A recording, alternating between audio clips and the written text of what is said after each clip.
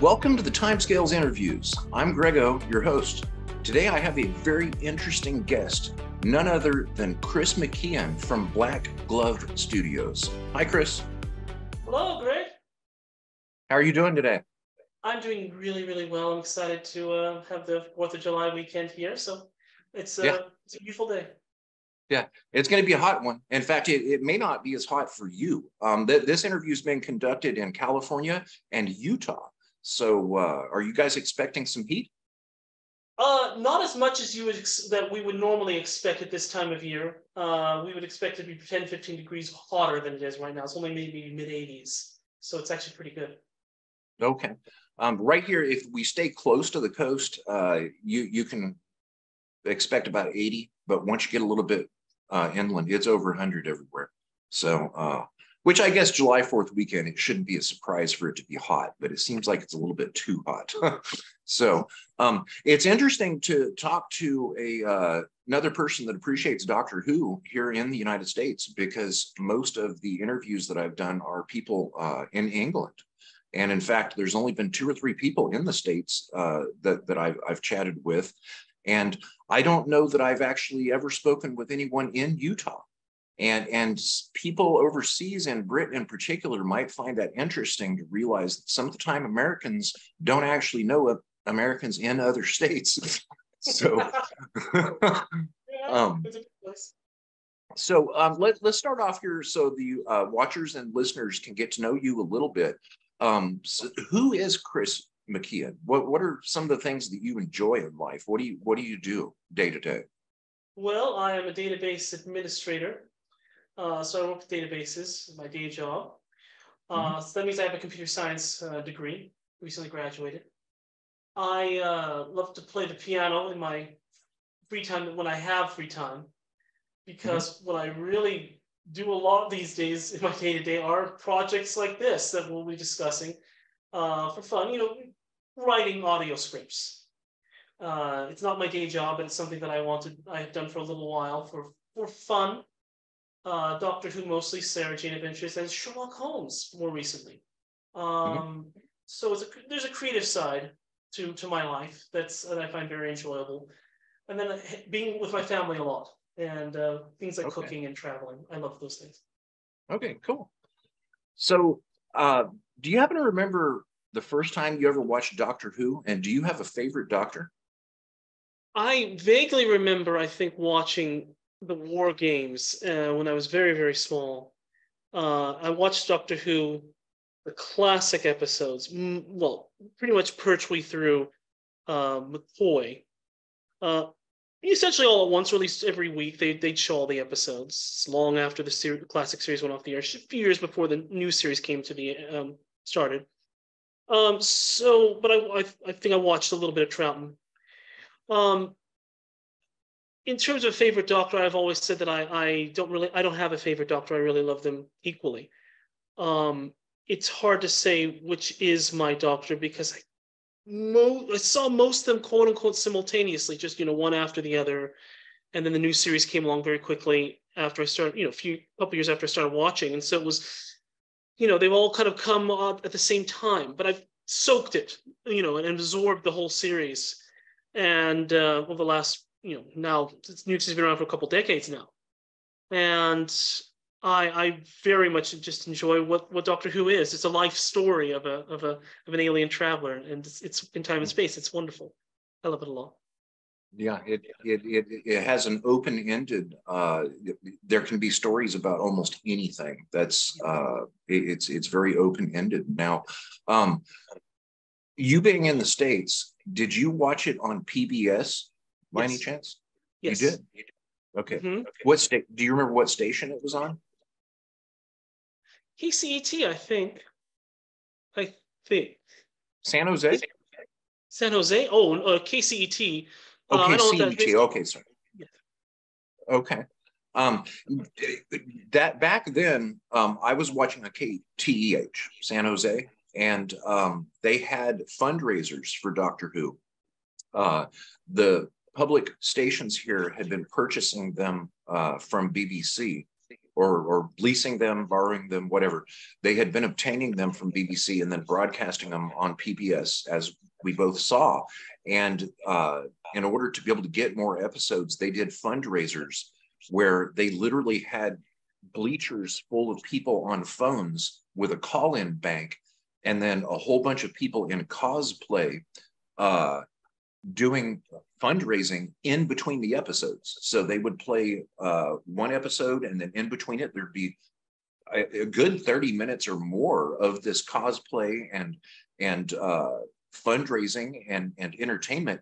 Did your PBS channel have any of that? You know, I have to say I'm half assuming it was KCET, because I think that was one that I know that we had that. I'm sure we had others. I don't recall that. I just remember watching the episodes and really just being fascinated by, I think what fascinated me most about Doctor Who was discovering the you can say all open-ended, many stories. Well, then the open-ended nature of the Doctor, that there was more than one. Because I remember watching, if I remember the War Games, remember, I'm seeing it like decades after it first came out, but the point is watching that as your opening. And, you know, the way that story ends, and not being aware of the rest of the framework of the series, you see that, then you see Spearhead from Space. It's a bit jarring and not understanding it.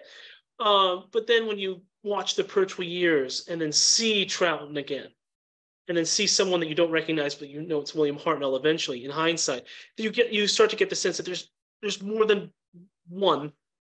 And then when you see Pertwee become Tom Baker, then you realize, oh, there's a mechanism. And then it goes from there. I think what really got me into the whole nature of the multiple faces of the characters was actually the Master, because I remember watching Roger Delgado's Master, of course, in the Pertwee Years, and then without knowing that he passed away. Suddenly he disappears. And I remember watching the very end of the Pertwee stories and then the beginnings of the Tom Baker years, wondering, absolutely watching every episode, thinking to myself, where's the Master? Because I love the Master so much. The Brigadier, I knew where he was. I love the Brigadier. I should say that as a preface to other things we'll talk about. But I kind of knew, oh, he's back on Earth, but where's the Master? When I see the Deadly Assassin and the Master's mentioned, I think, oh, great, the Master's here. And I expect to see Roger Delgado, and then I see Peter Pratt. It's a shock. And then when just a couple months later, because I remember watching this week after week, within maybe 3 months, you get to the end of the Tom Baker years. And then I see Anthony Ainley. And that really sparked my imagination, because I think to myself, is that same actor who was with the Last Doctor? And then I happened to watch the Demons again. And I thought, okay, there's the Master. There's quote unquote Roger Delgado. He looks older than the Master that I'm now seeing.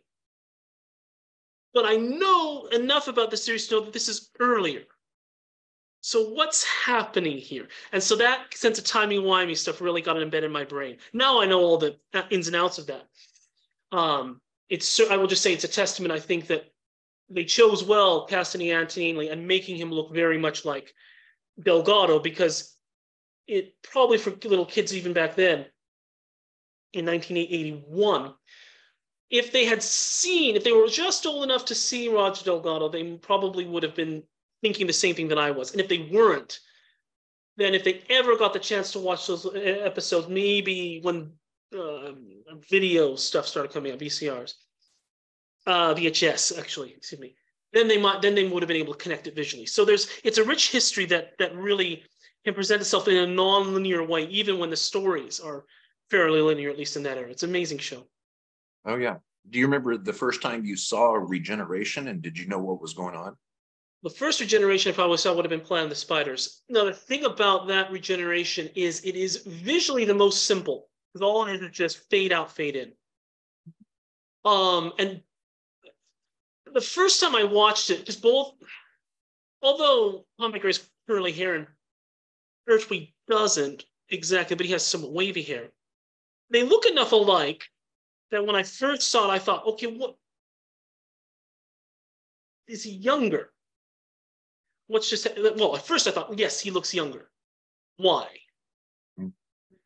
I had enough awareness of watching Choji, Kampo Rinpoche Choji, realized that there was a parallel in that story. And yet I wasn't understanding it completely. What I could understand, there was some type of metamorphosis happening. So, but what really hit me was the second regeneration I saw really for the Doctor, which is, of course, Logopolis. And, I don't know how long it would have been later, but probably maybe Tom Baker's era is long enough that it probably took more than 3 months. But a few months later, I watched Logopolis. And again, to take a step back to what I just said about Anthony Lee. So I'm aware, okay, there's maybe multiple, maybe not, but the master's here. He looks one way, he looks another. And I thought to myself, okay, there's a metamorphosis happening here. And then you have the character of the Watcher. And that's never really explained terribly in the show, even now. But I could grasp enough that there was something magical happening to the character of the Doctor that transformed him into not only Peter Davison, but something that could exist in between when you see Tom fade away. And because the visuals are beautiful there, that glow, and then he fades away. And then there's something in the place, the Watcher. And then what's very nice that people don't often talk about is how they must have given Davison similar makeup to the Watcher. So that there's something, or maybe they just did an overlay of video effects to show that it's like he's coming out of a cocoon. And so that sense of a caterpillar or such, which is, I think, even used in The Power of the Daleks. So it was quite at least the imagery. So it was quite a powerful moment. So to realize that, number one, that it could happen more than once. Because by that point I was aware, okay, there are a couple other Doctors out there. There's Troughton, there's this other man I found out named Hartnell. They can change. Pertwee became Tom Baker. I don't know why. Tom Baker becomes Peter Davis. I think, oh, there's something special happening here. Still without understanding it. And then, of course, just time passes and you do internet sleuthing and find out more about the episodes. It was a lot of fun. Right. So you will recall that it ended in 1989, and then there was which I didn't know at the time. I didn't know either. In fact, my grandmother and I used to watch Doctor Who together.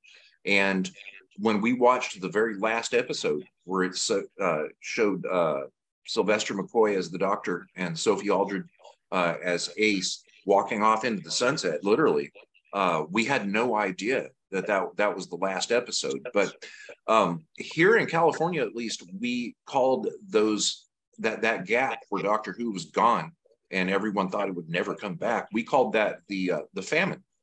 And then in England, apparently everyone there calls that the wilderness years. And then a couple of days ago, I heard even another term that I'd never heard before, which I think they use on the East Coast. But during this period of time, do you call it the famine or do you call it the wilderness years? Well, I've never heard it called the famine. I've usually heard it called the wilderness years. I mean, I suppose it's apt, just without going on too much of a tangent, just to say that, I wasn't watching this series in 1989. I was watching it more like during the millennium, starting to watch it then. And so when I watched, like I said, it's just a couple of years away from the new series coming back. But there is that little gap where I am asking people around, is this still happening? So I don't know if it would have been a wilderness for me personally. It would have been just simply just questioning, like, where is it? And then suddenly it comes back. So it wasn't gone for very long for me, and even less when you consider, like I said, that I thought it was still around. It's amazing. Okay. Do you remember when the 1996 television movie aired? I certainly remember finding on DVD and watching it. Okay. At some point. And being fascinated by that story because I knew enough about the series at that point to know that, how many Doctors there could be, at least at the time, 13. I knew how many there were. And what the series at least did for someone that was that's different from what Russell T Davies did. If you're a new viewer and, it's a fresh start. Well, if you're someone like me that was not a new viewer and knew who the last Doctor was, it was very refreshing, comforting to see that Doctor suddenly show up again. Now Ace is gone and everything, but there he is. So it was for me the sense of, it's an excavating find. Here's the DVD. What's this? Oh, it's a new Doctor story. I don't recognize this guy. Watch it. I recognize him though. I recognize McCoy, and then saying, okay, there's a continuity here. And of course, the Master being there, it's less of a continuity in the sense because Anthony Ainley's not there. Although I will say, watching that story for the first time and seeing his eyes, and although they're meant to probably be snake-like, who knows why. The last time I'd seen the Master was Survival, and so his eyes are cheetah-like. So I thought, oh, there's a connection there, maybe. Whether it was intentional or not, I don't know. So for me, there was that sense of it's continuing. It can continue. It's still going forward. Thank goodness. Which for me, therefore, was a little bit different when Eccleston comes along, because by that point, I very much know who McGann is, and I'm listening to the audios. And so when McGann doesn't show up in a Rose, I think I felt a little disassociated, a little let down. Not because I didn't understand. I thought and even the dynamics. I understand why he's not there. Still, it feels a little empty, a little sad that he's not around. With that. Well, he's around in Big Finish. Yes. Oh yes.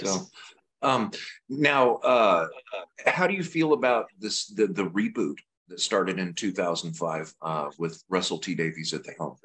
I love it. I really enjoyed RTD's era. I was sorry to see Eccleston, and was shocked to see Eccleston leave so quickly. I thought he was a very nice fresh take on the Doctor, and it would have been lovely to see more of him. I'm grateful that Big Finish are doing things with him. I will say he sits in almost an inversion of where McGann sits, whereas McGann is mostly off-screen, but he has this open end where you could just keep pushing and pushing and pushing, almost ad infinitum. Not ad nauseum, I love it, but ad infinitum. Forever. Eccleston's almost in the inverse in that he sits mostly on television, and because of the nature of his era, meaning Gallifrey's gone, there's a Time War, it's really a fresh start. There's a little bit less, there's more constraint on the drama, in my opinion, what you can do with Eccleston's Doctor, and probably to a lesser extent, Tennant, but certainly Eccleston, because can you feature an audio with him in the Daleks? Yes, but it would be probably in the timey-wimey ways that Big Finish does it. Can you feature him with Davros? Probably not. Can you feature him with the Master? Sure, but it might not be terribly straightforward. I was thrilled when they got him with the Brigadier. David Tennant, I think, was excellent. Wonderful Doctor. That's where all the things that Eccleston probably missed doing, meeting Sarah Jane, meeting Simon, and so forth, he was able to do.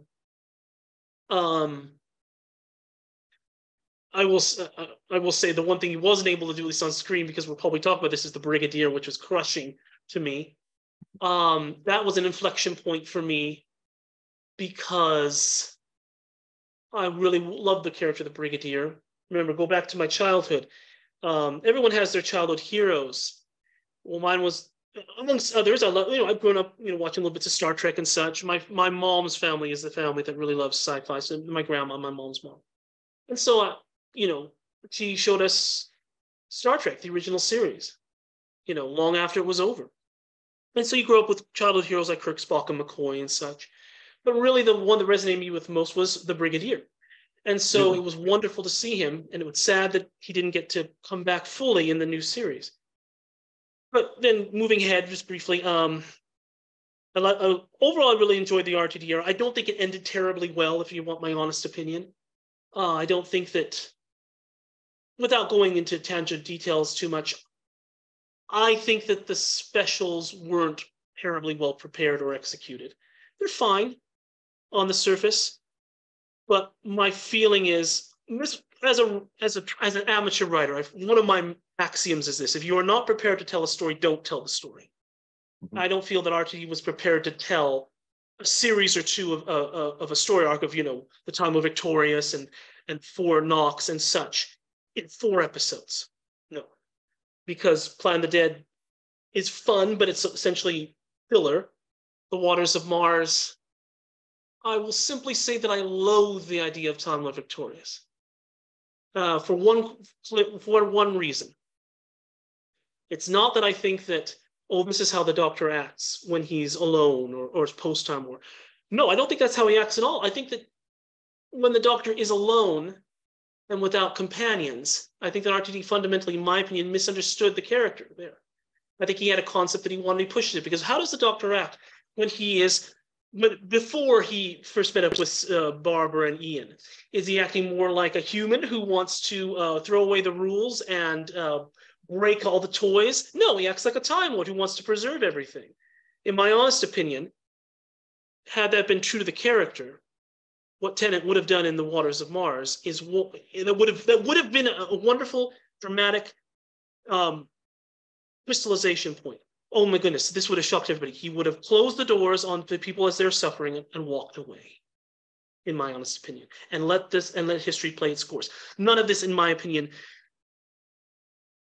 over dramatic garbage, in my opinion, about trying to say, oh, the laws of time, they will obey me. I personally feel that was RTD going a little out beyond his remit.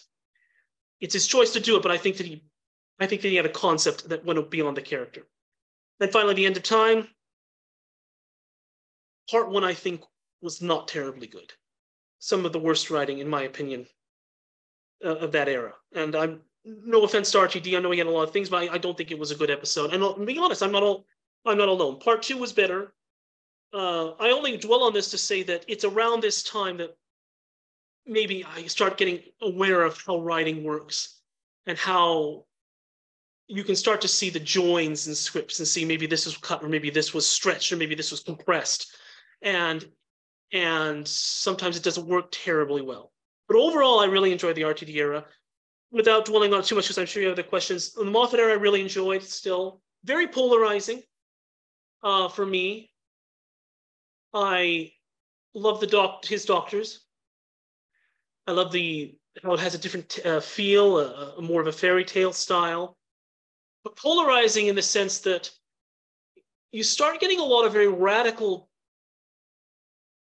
interpretations of characters, and very larger-than-life characters, I think, start to suck the oxygen a little bit out. I think personally, of the room, so to speak. If the story, the narrative is the room, I think River Song sucked the oxygen a bit out of the Matt Smith era a little too much. I enjoyed her enough in Series 4. I think that she got progressively more and more over the top until by the time she gets to Series 9, she's almost, for me, insufferable, because she's just screaming, shouting all her lines and screaming, and treat the Doctor fairly badly. I don't really see it as a great love story, because she's treating him very badly, frankly, calling him stupid and such. But overall, I enjoyed the era. I will just cite one other polarizing figure for me, which is Missy. Being very honest, the performance is great, but I don't think she really acts much like the Master. And I think, if I'm being very honest, this is where I feel a little disconnected from people my age or such, but because a lot of people my age, even if you're in the UK or in the US, you haven't watched the classic series. You probably even haven't watched the McGann film. You maybe haven't even watched Eccleston. So all you know are masters like Sim and Gomez and Dewan. They are all fine, but they are of a very specific style of acting and characterization. Gomez pushes it even farther, in my opinion, because she's quite quirky and silly. People love her, I think, but when I've talked to people that really love her Master, they often say, oh, she's so cute and kooky and just how the Master should be. I think, well, you probably haven't seen the wonderful monologue of the Master and the Deadly Assassin saying, you do not understand hate as I do, only hate keeps me alive. How else can I endure this pain? I must see the Doctor die in shame and dishonor, and I must destroy the Time Lords. Nothing else matters. Thing. I'm really getting into drama, but I think that's not kooky and cute. That's pure evil, unfiltered. You get someone like Missy, and she's acting so very, very, very different that she no longer felt like a threat to me. I would have a better time with Missy had Moffat given us at least one story where she was categorically trying to kill the Doctor. Maybe she doesn't have to do that every story, but all of her stories, even Series 8, she's trying to outreach to the Doctor. She wants her friend back, and I think that's interesting. But give us some variety, because now she's kind of becoming one note. Just, oh, Doctor, please, let's be friends again. And I think it's a little too different for me. So polarizing. I really overall enjoy the Moffat era, but some of his takes on the characters were a little too far-flung and radical. And being frank, not explained why they were acting so wildly out of character. Finally, the Jodie Whittaker era, I'm being very honest, I think it was abysmal. I'm sorry, it was what? Abysmal. Okay. Abysmal. I wanted to like it, and I gave it a chance. It was, again, a radical change. The Doctor's now a female. But I had always expected that. I had always expected the 13th Doctor to be a female or different in some way from the other Doctors. And so I welcomed it. I thought, well, wonderful, let's see what happens. Her first episode was average, and then I could go forever, so I won't go forever about this. All I will simply say is that I feel that there's some type of perfect storm in the Chris Chibnall, Jodie Whittaker era that ultimately lacks. If there's anything I could say, it's an emptiness that pervades that era. I'm not sure what it is. Part of it is, in my opinion, is Jodie Whittaker. Part of it is Chris Chibnall. Part of it is the direction. Part of it is the writing. Part of it is it's almost nothing for everyone. I hate to say it, and I don't want to bash it needlessly. I will simply say is that I think that the series is, at this point, as we come upon the 60th anniversary with the return of Russell T Davies, and briefly at least David Tennant and Catherine Tate and Bernard Cribbins and such, I think it's in desperate need of something new, and something invigorating and something inspiring, because very frankly, the Chibnall era was not. And I will say this, one last thing about it, is that I'm very torn and very sad about it, because as a person, as a human being, from the little that I've seen of Chris Chibnall and Jodie Whittaker, they seem like lovely people, very nice people, and I would love to meet them, and I think I would enjoy meeting them as people. As a fan of Doctor Who, it's my personal opinion, I'm very torn. I would still say hello, but I don't know what, if I were to ask them questions about it, I would probably be asking, and if I had the chance to be as honest as I am now, I'd probably ask what went wrong. Okay. Now let me ask you something there. You did. Before we move on, I'm going to ask you about the Timeless Children thing and Flux. Okay, sure. But while we're on the Jodie Whittaker era and Chris Chibnall, you mentioned writing, acting, and directing, but you didn't mention sound or music. And I feel that the sound that BBC ordered from that composer during the Jodie Whittaker era is very quiet, and it is completely unlike anything that's ever been in Doctor Who. And I believe that the BBC did that in order to emulate a sound trend on other television programs. You basically have very quiet periods. Every once in a while, somebody will touch a piano key, and then you'll have some deep undulating sounds. And I don't fault the composer at all, because I believe that Sagan delivered exactly what BBC asked him to. But have you considered that maybe one of the reasons that era was not the most enjoyable for you, could it have been because of the lack of music or the sound design? The lack of music, certainly I have considered it, and the sound design. Okay. And what I have, one of the conclusions that I have made is that if you are creating a narrative space where you are not relying upon emotional, let's be honest, art is in many ways manipulation, or at least it's guidance, at the least, let's put it nicer word, guidance of the viewer and the audience. If you're creating a narrative space where you are not guiding terribly much, or at least very subtly with your music and sound design, you must have a very, very, very potent, whether it's subtle or striking or sudden, you must have a very compelling story to fill the gaps of that space that is being taken away, that have been removed, that have been opened when you remove very strong bombastic music which you had in the Murray Gold era, or in the Dudley Simpson era, or anything, or the Radiophonics era, or Peter Howell or such, where you could argue maybe you're getting flooded by music. Now you can make, and I think there is a real strong argument to make there. But we talk about famine. When you have a famine of music, you must have a feast of a story. And often I felt that way of putting it. Thank you. I often felt that those stories were famine ridden in terms of the writing and the space. It was very empty, and And I don't think that they were living up to what they were promising by giving lighter touched music. I don't blame Stefano Acconola. He was doing what he was probably asked to do. I don't blame any one person. I simply say that whatever this was, whatever was the ethos of the Whittaker Chibnall era, I feel at best was underwhelming, and at worst was a failure. Okay. Now, the Timeless Children obviously did not go over well. I don't believe that I've ever seen a comment from anyone saying that they cared for that. And I personally feel that a showrunner should have never been given enough leeway to do something like that. And I think that Russell T Davies is going to have to correct that. And then as far as Flux, you kind of get mixed opinions. And I guess one of the strongest arguments I heard from someone recently that I very much respect, she said that it was her belief that Flux was damaged a little bit because of COVID, where they had to actually shorten it. So I think it was supposed to have been 2 or possibly more episodes longer. So how do you feel about the Timeless Children thing in particular? And how do you feel about Flux?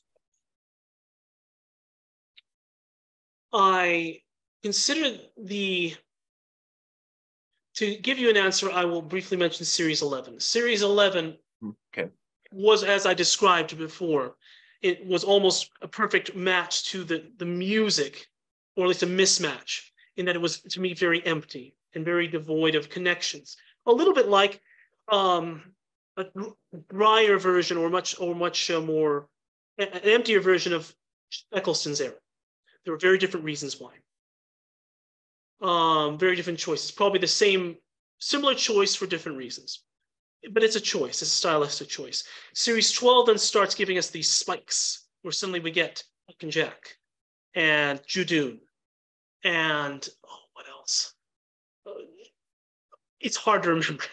But well, I should say this, or empty spikes. Like I thought the Praxis would feature Sea Devils and the Autons, because it's a perfect pitch for such a story, and yet it's nothing. It's just humanoid aliens and plastic. Or the Eternals, although they never called them the Eternals. And Can You Hear Me? The point is, you have spikes, so your tonal shift is happening, and so you get the sense that maybe, this might be building to something. It certainly was. Or in The Master, of course, and The Master at the beginning. But what do I think of the Timeless Children? It has changed since then, but when they're on the official Doctor Who YouTube channel, there was a presentation, just they put the clip where the Master reveals who the Timeless Child is. And the title has changed. The clip is still there, but the title has changed. And the title was, I believe the title has changed, but it was the origins of the Doctor's origin finally revealed with an exclamation mark. Oh no, you don't do that. But that was on the official channel. That was the intention. And what do you see? Wow. 2 things. When they still had it, the like and the dislike. A few hundred likes, a couple thousand dislikes, and long comments about people just absolutely condemning the idea. I feel that the Timeless Children was the death knell of the Chibnall era, because it did something you should never do. It answered the question, Doctor Who, the Timeless Child. If you are going to do that, what was it I said before? If you are not prepared to tell a story, don't tell a story. Preparation is not always planning. It is sometimes humility. It is sometimes also talent, and it is also the wisdom to know when your talent and your humility should restrain you. You may, or put it slightly differently, you may have the talent or the ambition to do something, but your humility should restrain you. Andrew Cartmel, I think, was smart. He had some ideas, and people call it the so-called master plan, but he says it's so-called because he said he had no plan. He just wanted to re-inject some mystery. But his idea was, well, let's just say the Doctor is God. But he was smart to say, but that would be a foolish thing to say, because that takes away the mystery. And I want to inject mystery. For whatever reason, Chibnall went all the way. And he did what Hartnell didn't do, which is he unrestrained himself. You know, if I were to unrestrain myself and write a story about Doctor Who, but no one could stop me, I wouldn't do it. Because being very honest, I think that I am wise enough through my experiences to know that I'm not the person that's going to finish everyone else's story before me. Doctor Who it belongs to everyone, as Peter Capaldi said. All of us made Doctor Who, and therefore everyone has contributed stories. And some of their stories they started, some they never finished. I'm not the person to say, now I will finish it. And I will finish it completely and tell you what no one else did. I will do what no one else can do. I don't want to ascribe to Chris Chibnall that his intentions were out of arrogance. No, because he seems like a nice man. And I think that he was enthusiastic and wanted to do something no one else had done. You can leave your mark, but sometimes, and you want to leave your mark. Sometimes leaving that type of mark is an impact crater. And it sets off a volcano. And that's what I think the Timeless Children did. I feel that it was not just a misfire. It was malfeasance. And I think that it destroyed the tapestry of Doctor Who, because if you take away it took away the mythology. What's the myth? Not only the mystery, but the mythology. Explain the mythology. And when you do that, where do you go? If you are going to do it, without belaboring this point, I will simply say you really need to tell a good story to replace another one. You must tell a better story. And if you don't, then you have what we have. As for Flux, it's a mess. It's simply as this. I think it's a mess. It's a mess. It's a mess. It's what happens. What happens. It's a perfect example of what happens in the aftermath of when you tell a story like The Timeless Children. And now I think that you probably are either frightened to face the consequences, or you really become the emperor with no clothes, and that you have no idea what to do next. And so you tell really just, you fill your empty space, your super mythology, with again the tonal shift, just screaming and over the top, over dramatization, swarm and azure. When you get to the point where you have characters saying to the Doctor, "You are time and we are space," I think to myself, what's the wonderful quote from Shakespeare? Sound and fury signifying nothing.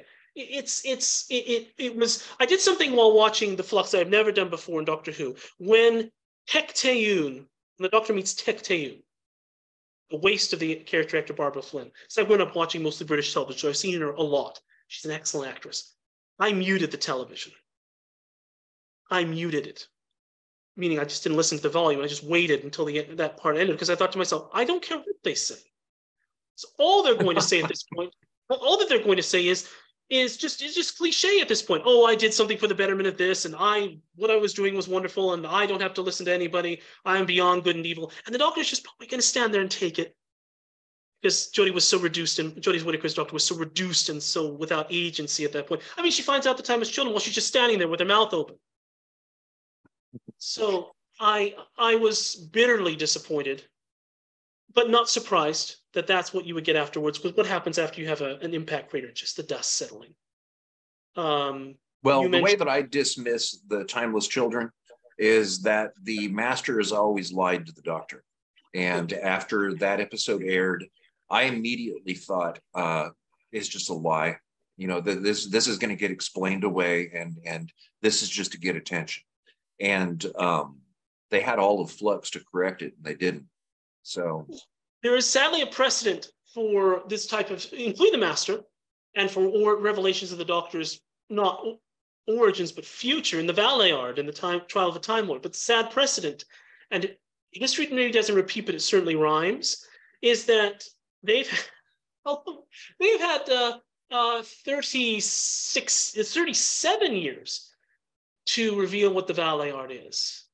And officially in Doctor Who, they never have. And of course, we all know what came in 1987, which was, we had an impact crater. Let's use a vacuum, suck up all the dust, and then level the playing field and give us a new doctor. I don't love what happened to Colin Baker at all. I love his era, but it was a way to deal with something that probably was considered a failure even when it happened, which is, although that's the irony because I wrote Times Champion and the Valeyard and his origins and such. But in the context of television, when you do a story like that and you're not prepared, you're almost inevitably reaching damage control. Flux did it worse, though, because they actually had a series to explain it. And when the Doctor just drops the pocket watch into the TARDIS and says, just hide this from me, I think to myself, this is the coward's way.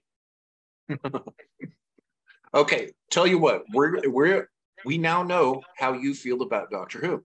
So we're about ready to move on to the second half of the show here, where we're going to discuss your productions and AI. I have one more question about current Who, then I'm going to ask you about the Brigadier, and then we're going to move on to your projects. So how do you feel about the casting of Ncuti Gatwa and the return of Russell T Davies?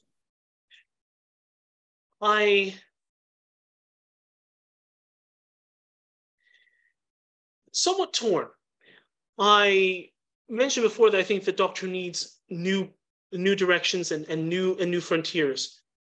Bringing back RTD, I'm torn because he's proven that he can do great things, and I really enjoyed his era. But he is not a new person. He's not new blood. He's not a new frontier. It's the first time, with the slight exception of Barry Letts coming back as executive producer, figurehead in season 18. It's the first time that a producer has returned, as far as I know, to helm Doctor Who. So I'm torn just in the sense that I am hopeful because I know that he has proven his record. He is still in the same vein as what we've had, though, because he's the one that started what we've had in the last nearly 20 years. So we will see what he does, if he does anything new. If it is a retread of what he did before, then I will feel that it's probably best to, in terms of tone and stories and such, because it's what he knows. If it feels too familiar, then I would say we need someone else quickly. In terms of Ncuti Gatwa, I'm very neutral in this sense, which is like with any doctor, which is I wish him well. I'm sure that he will be wonderful. I don't like to go on extremes, because then you start getting into cult of personalities. And same with RTD. If you start saying, oh, it's RTD, it must be good. It may be good. It probably will be. But if you say it is, therefore it is, post hoc ergo propter hoc, which is not quite what I'm trying to say. After, therefore, because of it. What I'm trying to simply say is, if by association of a name, you say it must be infallible, then you're getting into cult of personality territory. I never like to do that. Same thing with Ncuti Gatwa, just in that I don't want to blast him and say, oh, he should be this, he should be that, it's different or whatever. He's a new actor playing the role. However, we have not seen him do anything yet. And so when I see people on the other end saying, oh, he and Millie Gibson are icons, I think, well, they've done nothing. They haven't done anything. You see images. And I would almost say if they're icons, certainly in the case of Ncuti Gatwa, the one thing that's, I think, fundamentally say he's not an icon yet, is that unlike any of the doctors we've seen, every time we see him, he has a different costume, totally different clothing. We don't know what he is yet. Is he kind of the gentry golfer? Is he kind of almost a Zeus suit blaxploitation? Is style character? Is he kind of a motorcycle leather jacket type of doctor? Is he a Regency era doctor? We don't know because there's no set identity yet.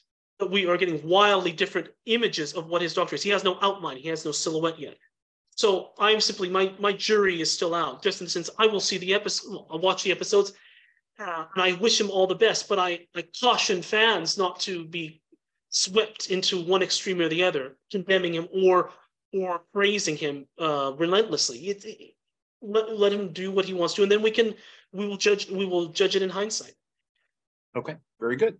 Now, I find it interesting that you would compare Brigadier Lethbridge-Stewart with icons such as Kirk, Spock, and McCoy. I've never heard somebody make a comparison like this before, and I think it's very interesting that you are very interested in that particular character. Yesterday, I had a chance to talk with Mr. Tom Dexter, who is an author that is currently writing continued stories with the Brigadier and Lucy Wilson mystery series with Candy Jar books. Unfortunately, I didn't get to talk to him a lot because it was a large group panel, but I've read his stories and very much enjoy them. And it's my understanding that there's a family that owns the rights to that IP of the Brigadier. And that is probably why he's not in the current Doctor Who TV series. And I don't, is he in Big Finish? Maybe Yes, so. Big Finish may yes. have licensed him. Okay. So with that particular character, why is the Brigadier so important to you? The Brigadier represents to me how a man should conduct himself, who a man is, what a man is. Wow. Dignified. Okay. Yes. Yes. He's a man with dignity, with honor, with wisdom, with self-respect, self-esteem, self-awareness, and strength of character. Yeah, to me, the Brigadier is just as much an archetype of a hero as any of the other characters that you often, I think, in much more mainstream stories such as Kirk, Spock, and McCoy, that triangle of that classic triangle of Star Trek. I would say, Luke Skywalker, Han Solo, and Princess Leia from the Star Wars films, at least the original trilogy. Simply how a man should be, and if you see how he acts and how he conducts himself, there's very little to say, in my opinion, any reason to say, well, that's not how a man should be, or not how a person should act and carry himself and conduct himself throughout his life. And from what I understand, a lot of that was down to the actor Nicholas Courtney. Because there are many characters like the Brigadier before, during, and certainly after the main time that Nicholas Courtney was in Doctor Who as the Brigadier, and certainly afterwards. But none of them are the Brigadier, and that's all down to Nicholas Courtney. And if the Brigadier were ever recast, in my opinion, if it ever happens, whoever recasts would have the hardest job probably in television history, because you would have to find someone that not only is a good actor but a good man. It's not impossible to find, but you would have to find someone who is like the Brigadier, in my opinion. So this, in a nutshell, this is why I love the character of the Brigadier. Okay, very good. Okay, what is Black Glove Studios, and what does that name mean? Black Glove Studios is an audio production group that I founded 5 years ago now, a little more than 5 years ago, in anticipation and recognition that at that time we were coming into a point in Doctor Who history where some of its actors, some of its early actors were reaching that had passed away, that had already died, that they were reaching their centennials. Some of the actors like Roger Delgado, Don Pertwee, Patrick Troughton, Peter Butterworth, who played the monk. Roger Delgado, of course, played the master. They were, just a few years ago, they were all reaching their centennial. Roger Delgado was born in 1918, Pertwee in 19, Troughton in 20. It was thought for a long time that, what's his name? Peter Butterworth was born in 1919, but it turns out he was born in 1915. The point is that there was a sense of, there's a celebration happening for some of these, there's that sense of celebration and recognition of great people that have passed away, that, other childhood heroes, so to speak, or villains.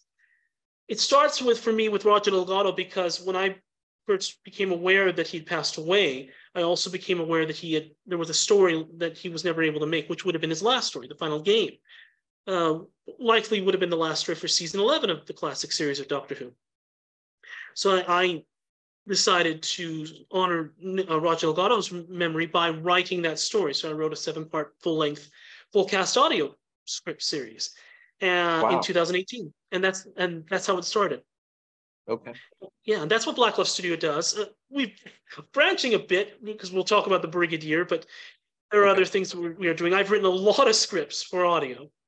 One, of course, The Final Game. Another with The Misshapen Planet, which is a first Doctor story with the Butterworth monk celebrating his centennial.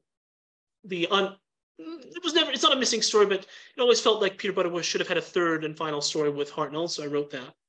And I've written many other, I have written many other audio scripts with at least one story for at least the first 6 Doctors.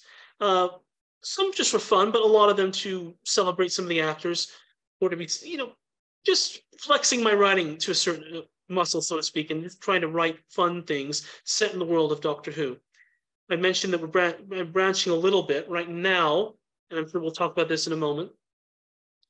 I'm doing really 2 large scale projects, one that's coming to an end, and one that's just beginning. One is, of course, that's just beginning is my intention to do a full-scale animation of Colin Baker's season 23, the lost season of 1985. So The Nightmare Fair, The Ultimate Evil Mission to Magnus, and so forth. Well, those 6 stories that would have been made, I want to animate them. And we are in the process of starting with actually fairly deep in terms of character designs for The Nightmare Fair. So that's I'm going down an animation path. And that will take a long time because we are all volunteers helping one another and such. But the one that's about to release once things are ready is live action, and that's The Wedding of Sarah Jane Smith. Do you think I might as well take a moment and explain what The Wedding of Sarah Jane Smith is. Okay, let me ask you one other question before we go to that. That is my next question, actually. So that's perfect. Did Black Glove Studios have a name before that was different? No, and what does Black Glove Studios mean? What does that signify? Black Glove Studios signifies its roots beginning with the Roger Delgado Master and the final game, in that he wears black gloves. Got it. Okay, I got it. I get it now. Thank you. Okay, now we are going to get to the animation, and we're also going to discuss artificial intelligence, since AI is something that's on everyone's minds recently. I want to discuss these audios with you. In particular, I find it interesting that you say we're all a group of volunteers. I'd like to know more about those people and how you guys construct these stories, because I find that to be really fascinating. But first, let's continue with our momentum here and our chain of thought. The Wedding of Sarah Jane. What is that? That sounds very interesting. Thank you. The Wedding of Sarah Jane Smith is the 3rd story in the 3rd season of the Doctor Who spin-off series, The Sarah Jane Adventures, which aired on television between 2007 and 2011. Sadly, ending with the forced to end, sadly early, because of the death of Elizabeth Sladen, who played Sarah Jane Smith, companion to the 3rd and 4th Doctors. She died too young. Far too young. She was 65. And it was a shock. 2 months after Nicholas Courtney, who played the Brigadier. To give a small back history, at the end of series 2 of that spin-off series, there's a story, there were 6 stories in each season, and the final story was something called Enemy of the Bane. And without going too far into the weeds, that's a story that would have featured Martha Jones. But for whatever reason, shortly before they went into production of that adventure, reimagining became unavailable. And so they had to make from what I understand, I think they were only about 5 days away from filming, so they had to make a very last-minute decision. We have a space in the story for a guest star. What can we do? And they ultimately decided to bring back the Brigadiers, played by Nicholas Courtney. Nicholas Courtney at that point was about 79 years old and had a downturn in his health from beginning with, I think, the previous year, 2007, Enemy of the Bane aired at the end of 2008. So they were fortunate to get him, because he was not very well. But he filmed his scenes in that story, and it's wonderful. You can tell that he's not very well in the adventure. If you really, as I have, watch that story for practical reasons, which is what I'll discuss in a moment, in getting ready for The Wedding of Sarah Jane Smith. You can tell that he's not actually, when he doesn't have to be in the scene, he is not in the scene. For example, if there's a moment of an action moment where Sarah Jane and one of her friends, she's working with teenagers to saving the world, just like the Doctor. her equivalent of companions. She's with her friend Ronnie, and the Brigadier is taking them to the unit vaults, the Black Archive. And he's driven in his car, and soldiers come to stop them. And you can see in the frame the Brigadier, Sarah Jane, and Ronnie. They escape from the soldiers, and Sarah Jane says, let's escape, we need to get into the car. And you see Sarah Jane, the frame shifts, and you see Sarah Jane and Ronnie run into the car. You don't see the Brigadier run into the car. But then the next time you see the car, he's at the wheel and he's driving, and that's great. What I'm saying is they definitely cut around him. He's there, but not a lot. He was definitely on his way out. There were intentions to bring back Nicholas Courtney, first off, every year from that point onwards, but they certainly wanted to bring him back for the following series in 2009 in The Wedding of Sarah Jane Smith. And that would have been the big draw, because not only is the Brigadier coming back with Sarah Jane, but David Tennant was going to appear as the Doctor, which he does. But some months before filming, Nicholas Courtney suffered a stroke and was unable to film his scenes for that story. And I know some people, and privately they told me that it was although he was still alive, privately at the time they told me that it was very likely that he was never going to be able to act again. And sadly that was the case, and he died 2 years later. Well, you can imagine from what I have said about how much I care about the Brigadier, and also for Nicholas Courtney as a man, as a person, that it broke my heart that he wasn't able to be in the story, but it very much broke my heart when I heard from friends that he was at a convention in September of that year, 2009, and he was asked if he had any, not so much regrets, but things that he wished that he had been able to do still with the character. And he said, I wish that I had been able to appear in The Wedding of Sarah Jane Smith. And so it just devastated me. And then after his death, there was a sense of finality, like there's nothing they can do now because he's gone. But I didn't let that,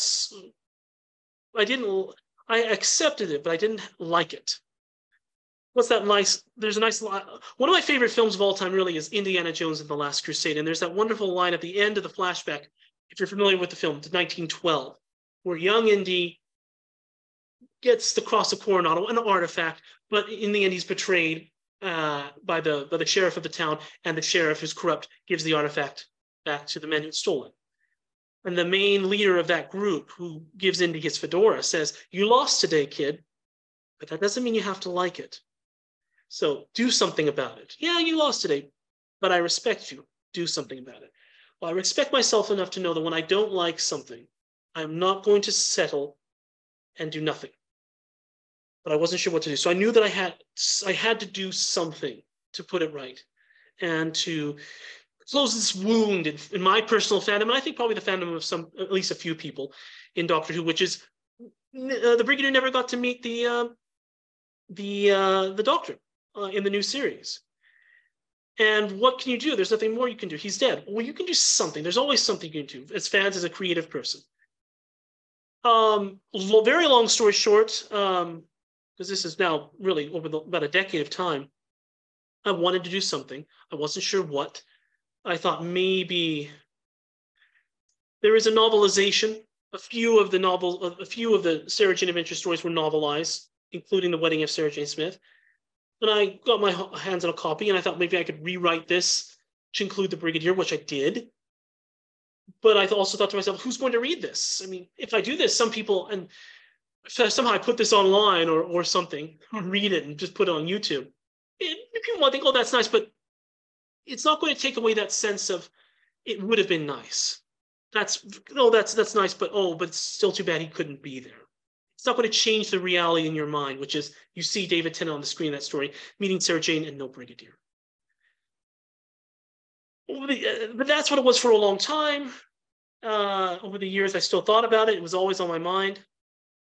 At one point, I thought maybe we could do some animations. Just draw the Brigadier in certain scenes and insert it into the television episode. But I thought there are some practical, there are some practical hurdles there, which is, you'd be watching live action, then suddenly you see animation, and you'd be switching back and forth, and it would just throw you out of the story. And again, it would be nice to see the Brigadier, but it would just be probably the Brigadier on a screen, and then you switch back to the action, you know what it is. Oh, it's just an attempt, and you'd probably almost seem like a half-hearted attempt to put something right. Okay. 4 years ago, I made friends at church. I go to church. And I made some friends, and I asked them just casually, so what do you do for a living? So one man said, well, I do computer animation. That sparked in my mind the thought, well, maybe we could do some type of animation again.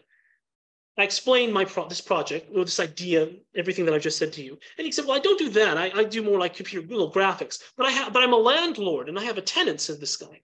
And he does deep fakes, what they call deep fakes. And about the same, while he's Okay, this is falling into place. Matter of fact, you already just answered my next question. Let me tell you what that was, and then please continue. Don't lose your train of thought there. I was going to ask you. I have a very blunt question. Considering the fact that Nicholas Courtney is dead, who is going to play the Brigadier? Very good question. Okay, and there is an answer. There's a couple answers. Yeah. Okay, all right. Please continue. This is very interesting. Thank you. Well, once this guy, my friend, his name is Jordan. Once Jordan said that his friend, his tenant named Parker, did deep fakes, or at least was experimenting with them. We all came to the same conclusion, which was you could save a lot of money just by hiring some actors, put them in costumes, film these scenes, write some scenes for the Brigadier, and then do deep fake and recreate Nicholas Courtney's face, and then composite those scenes into the existing footage.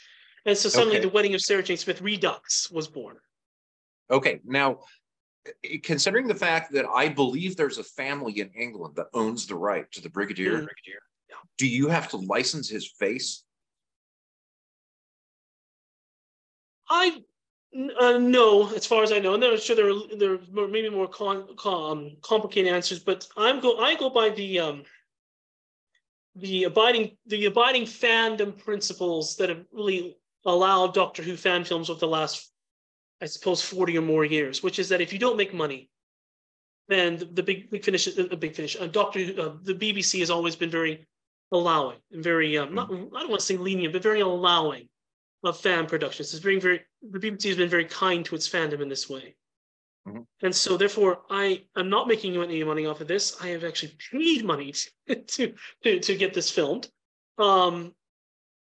So maybe there's a more complicated answer, but let's just say I am not seeking any license, because I'm not taking any license beyond trying to honor the memory of Nicholas Courtney and the legacy of the Brigadier. Okay, very good. That'll suffice.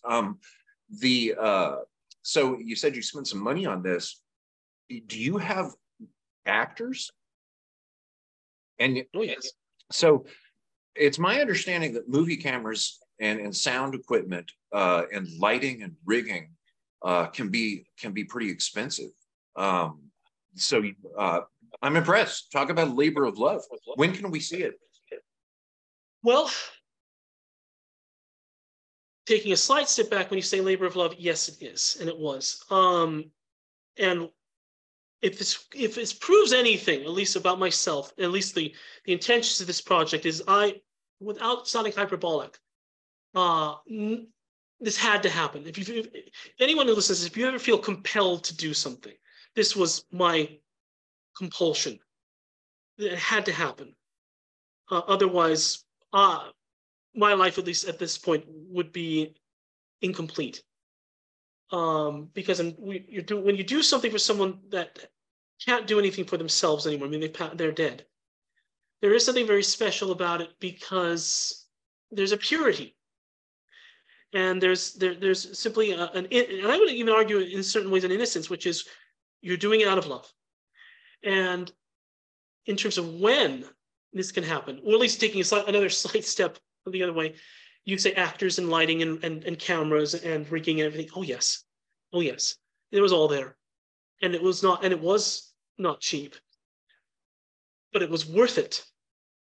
And it was worthy to do. I will say that. And it was not my words. Those are the words of a film teacher, professor, when I went to school at Utah Valley University. I was still in school getting my degree, computer science degree. And when this happened, so I was busy because it was my last semester. I even had a class in artificial intelligence, actually. And that class, it was very hard doing all this. It was extracurricular. And it was not easy to do. because give you a small sense of the scale of this project. I was speaking to costume makers in Nepal. I was speaking to, I was outreaching to John Leeson, who voices K9, and he recorded new dialogue for this story. I was outreaching to other actors who were involved in the story, people that were involved in the Sarah Jane Adventures, to get as much information as I could about what the Brigadier would have done in the story, finding out what the dialogue would have been in the story for him, and doing as much as I could to recreate the magic that was lost in 2009. When can we expect it? I hope to have it done this year, because it's coming together very quickly. We filmed the 21st, 2nd, and 3rd of November 2019, so it's over 3.5 years ago. COVID hit, of course, and slowed things for a couple of years. And people go their separate ways, and so you try and be very honest. I have to be clear about what Black Cloth Studio is. For a large part, it's me, and that means I'm trying to do things that I don't know how to do. I'm not a director. I'm not a filmmaker. I'm not an animator. I can draw. My mom was an artist, but I'm not an animator. Those are two very, very, they're related at their base, but they're very different structures. And I'm certainly not a deep fake artist. I Right. have a computer science degree. That's again a very different thing. But when you have the will and when you have the hope and the faith to do something, it happens. And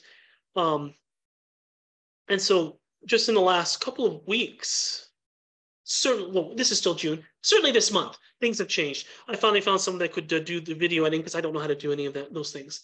Did you find them through church also? Yes, he was friends of some of the people that I know. Okay. But I also church found is a very valuable social network. In fact, I believe it's one of the original social networks. Yes, and it's wonderful, and certainly for this. And I also found people through online, through social media. But essentially social network, but church and such, and that's why wonderful. And it's coming together nicely. We hope to finish the editing. I have seen a rough cut with some of the green, because we shot all this footage on green screen. I've seen a rough cut of the green screen included, and some of the shots done through After Effects, not with the deep fake, still the original actor's face. Right. But it's coming along, and at this stage, what I'm trying to do is find people that know how to do deep fake, and that can help with the voices. So we're about to reach that final stage. Okay, and you said that John Leeson, the original actor that voiced K9 in the television series and beyond, and the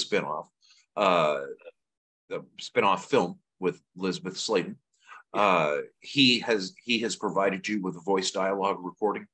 Wow, that's beautiful. Now, I saw your plea online looking for a deepfake artist, and I found it interesting because I'm interested in AI at present. But the AI test platform that I use doesn't quite do deepfakes, and considering the fact that I'm a welcome guest and even had to sign something to have access to it, I can't use it for anything.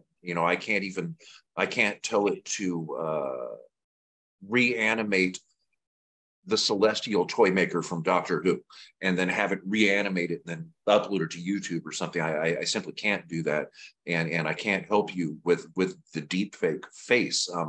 I can tell you one thing that the system I'm working on does. It does facial recognition. In fact, there was an interview I was doing, and I told this gentleman that I did this. It's pretty funny, actually. Dan Hadley, I saw you on a program with Dan Hadley from Spacebook, cool guy, and a rabbi in Israel. But Yes. I had an opportunity to meet Dan on Zoom and interview him, which I thought people would find to be interesting because he has a great Doctor Who program on YouTube. And I had been watching his program and noticed that he had some guests on there that are allowed to express an extremely broad range of opinions, some of which touch on sensitive issues. And I wanted to make sure that I understood this this host of this program. So what I did is I took a couple of his programs and uploaded them into the AI, where it recognized his face. And what that did is it allowed me to scan through dozens of hours of his programs at quadruple speed and only see him talking. So it was like, blah, blah, blah, blah, blah. That way I could research this one individual. It sounds kind of stalky, actually, but that's what this program does. And I did tell Dan that I did that, and I believe he thought it was funny.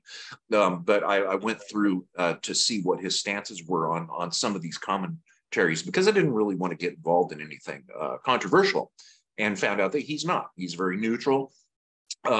But his program allows opinions of all types. So that was my first use of facial recognition was with this current platform. But it won't replace, it won't do deep fakes, and it won't replace someone's face. And that could be for privacy issues.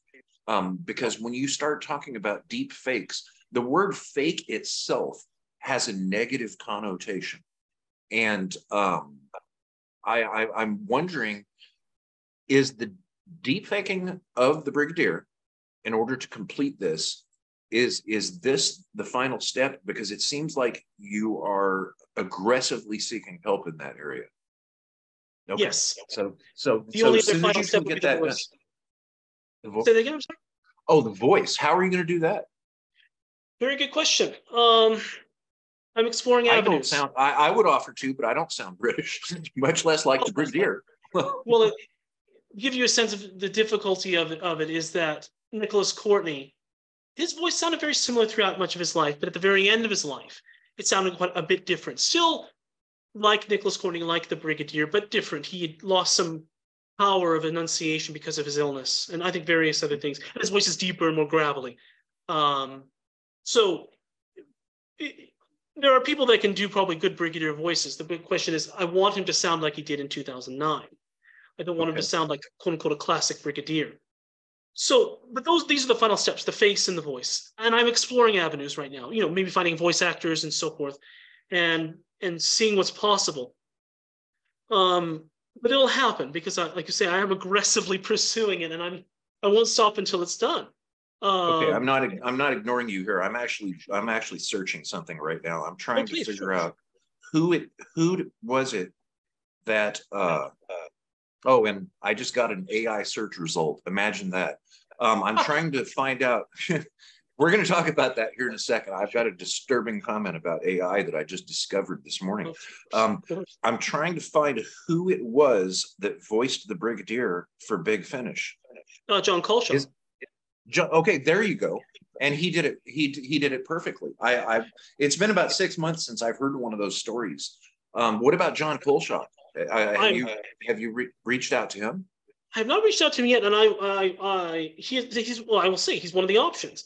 I have not reached out to him. He may say no, or he may not even answer me. It's because for whatever reason, nothing again. Not saying it will never happen. What I'm saying is, I haven't contacted him yet, and I hope my main hope is that if I end up reaching out to him, let's say he becomes the option, my big hope is that we know that he can sound like the Brigadier. My hope is that can he sound like the Brigadier from 2009? Because there is a difference. Really? Oh yes. There is a big difference. I will say this, if you get the chance, listen to how watch any episode from the television series, the classic years.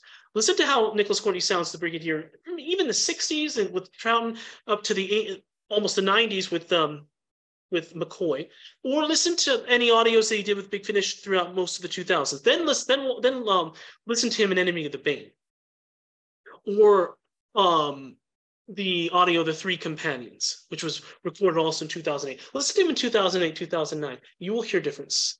You will hear a difference, definitely. And so my goal is to recreate the magic of this slightly alternate 2009 where he was well enough to film, then he has to sound like how he did in Enemy of the Bane.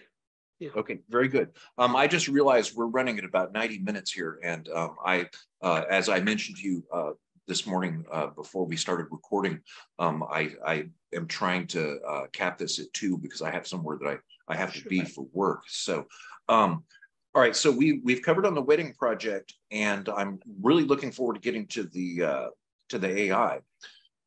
So why don't we discuss? I have questions for you about the last vow of Sherlock Holmes. Yes. And then also about, I want to know more about the behind the scenes creation of this live action. But what I'm thinking is maybe we can meet again right before that's released, and I can get into some more meaty questions at that time. I'm also interested in your animation project and the audios that you've done. So out of those 4, which one do you think that we should cover next? You want to go with the audios? Well, I'm open to whichever. I mean, okay. What feels most connected to what we talked about? I guess going from live action to audio, then to animation, then to AI may be good. So with audios, there's a strong argument that Big Finish and even Gary Russell in particular, and others as a team, might actually be responsible for saving Doctor Who, because there was the that period which Californians called the famine, where there was no Doctor Who, and the British called it the wilderness years, and there was a group of fans that came together of amateurs. Sounds very similar to your team, and they created the audio visuals, and they started making them available for free, because, as you mentioned, fans cannot profit off of Doctor Who. Otherwise, you probably will hear from the BBC. But as long as you're not, then they kindly look away. So they made these audio visuals, and as long as you would pay for postage and the blank tape cassette, they would copy them onto it for you and mail them to you. It was a group of fans. It was a labor of love called the audio visuals. And I remember during that time where I thought the Doctor Who was never coming back, but I was still interested in it. And it was probably somewhere around the time of the TV movie. I really wanted more, anything. And when I found out, well, this is audio only, I'm like, can that be any good? And I'm like, okay, let's just go ahead and try it. And I got somebody in England to copy some of those tapes for me and mail them to me. And I very much enjoyed them. And I believe that company turned into Big Finish. Okay, or this group of people. Some of the people in that group moved on and started Big Finish, I think. And for that reason, I have a great deal of respect for Big Finish.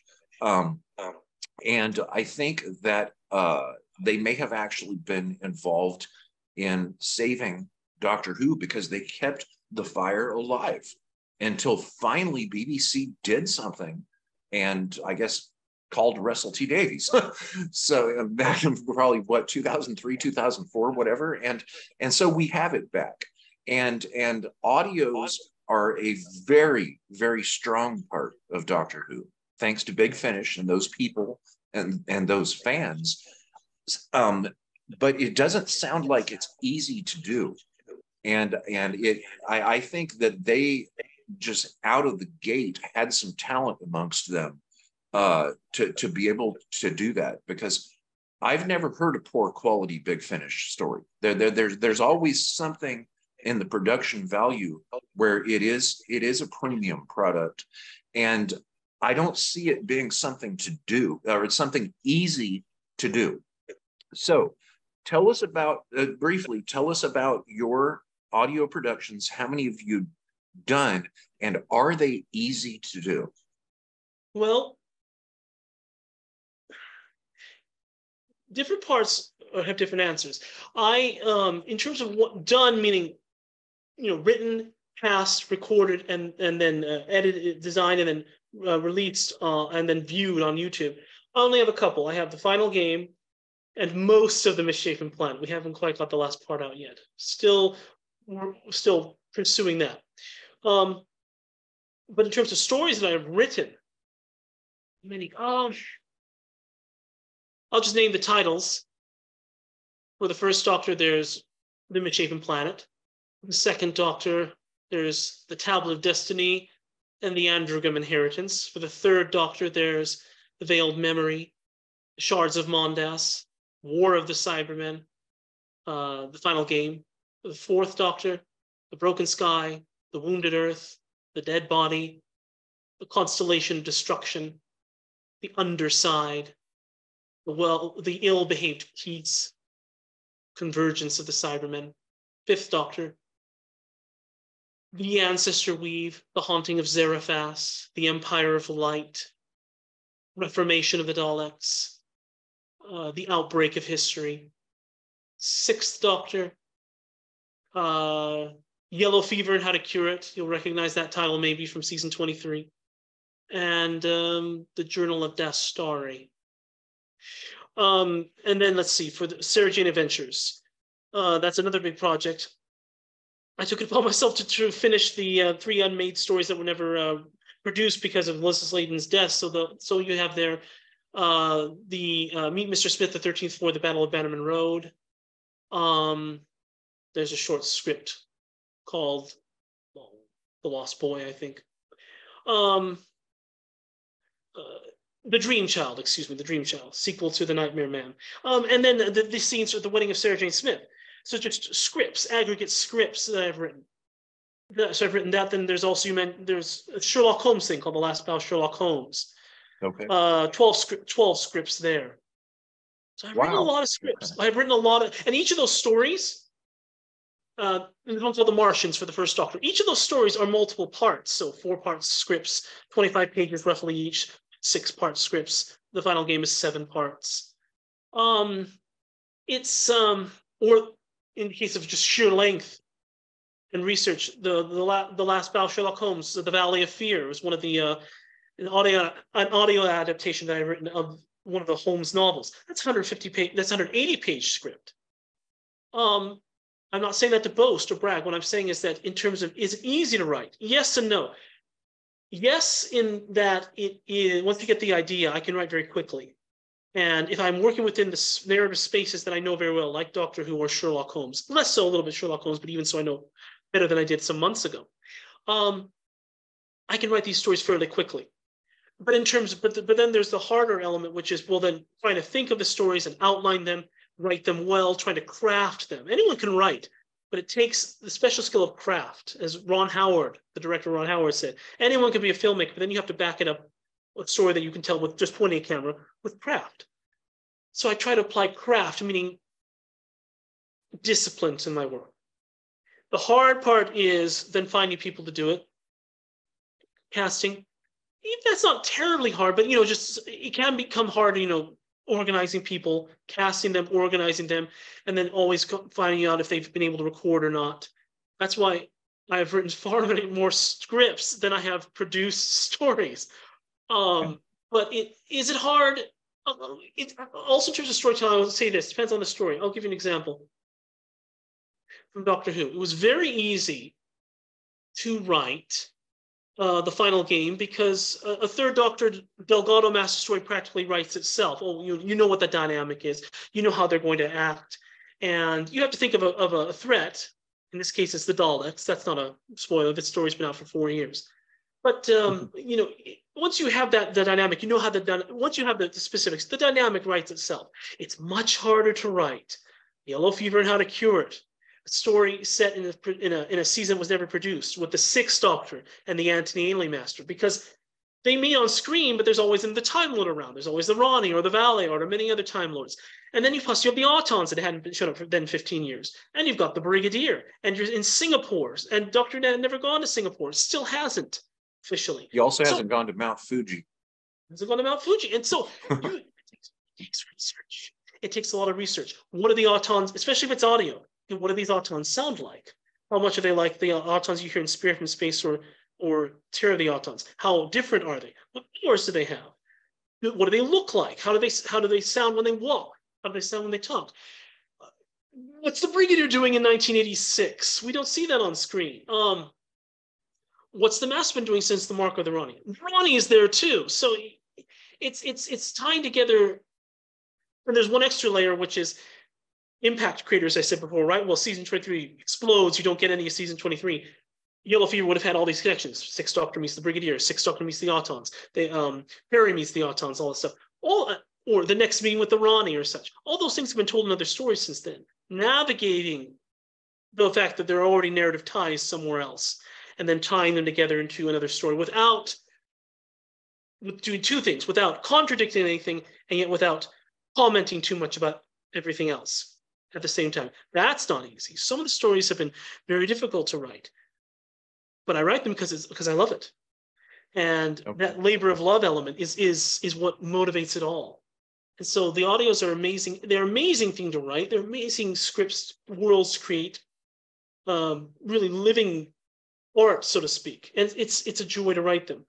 I have been a little busy lately with the live action and the animation, but I still hope to write more. Okay. Now, you mentioned that you have a computer degree. Do you have a degree in writing, or have you studied writing? I studied writing, definitely. Of course, I wrote Times Champion.